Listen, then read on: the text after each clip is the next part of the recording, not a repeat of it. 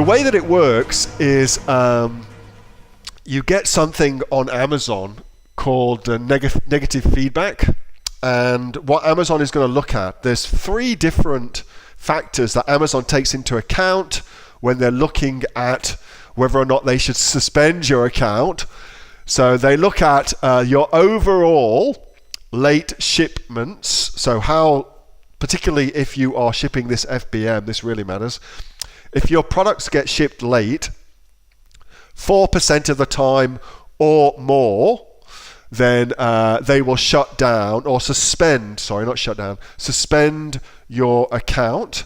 If you get something called order defect claims, so against your products, so somebody gets your products and then they file something like a negative feedback, which is anything less than 3, or an A to Z claim, which is very, very bad. I'll talk about that in a second. If you get that, it's 1%. So anything more than 1%. So if you sell 100 things and 2 of those things come back with a problem, then that's a problem for you. They're going to suspend your account while you sort that out. The final thing is pre-fulfillment cancel rate. I think that's what they call it. So that's when somebody actually orders the product and it doesn't actually, and they cancel before they actually go for it. That's pretty bad too, and that's 2.5%.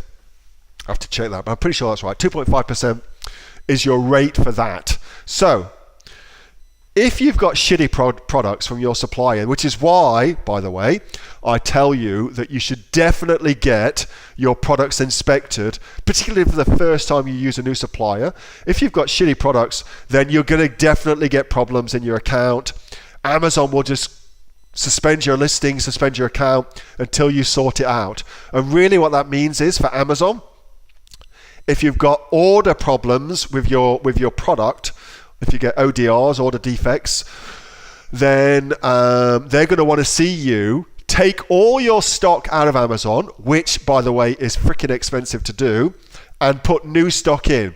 That's what they're going to want to see you to do, which is why I suggest you avoid all that nastiness and just get your products checked beforehand. Very, very important. All right, so that's the nice thing, but because I'm feeling kind of sick, I'm feeling kind of horrible. Let me give you the horrible thing too. So I am aware, and of course I would never ever do this. You could do this all the time though. I am aware of folks that use that knowledge to their advantage. So it's pretty easy to get competitors who will file false A to Z claims, they're called A to Z claims, against your product on Amazon, particularly if you're doing very, very well, to get your product taken down. Now, that sucks, but it happens a lot more than anybody cares to admit. But the other side to that is you can use that information as well, and I know folks who use that information to get hijackers off of their listing, for instance, simply by ordering their product and then filing product defect claims against them. It's actually, and again, this sucks, but it's just, I want to give you the reality of doing business on Amazon. It's actually much faster than going through the legal process to simply get 2 people to order their product and file negative product feedbacks about them, A to Z claims. Their product will instantly get taken off of Amazon, and then you've got the buy box again, it's your product again. Of course, I'd never suggest that you would do that. But you could do that and it would work really, really well. So, for instance, that would be cool. Hey, thanks so much for watching that video, and I hope that you got some massive value from it. Before you go, do you live in Australia? If you do, this is for you. Would you like to learn how to sell things on Amazon here in Australia? Would you like to know what sells really, really well and what sells for the maximum amount of profit?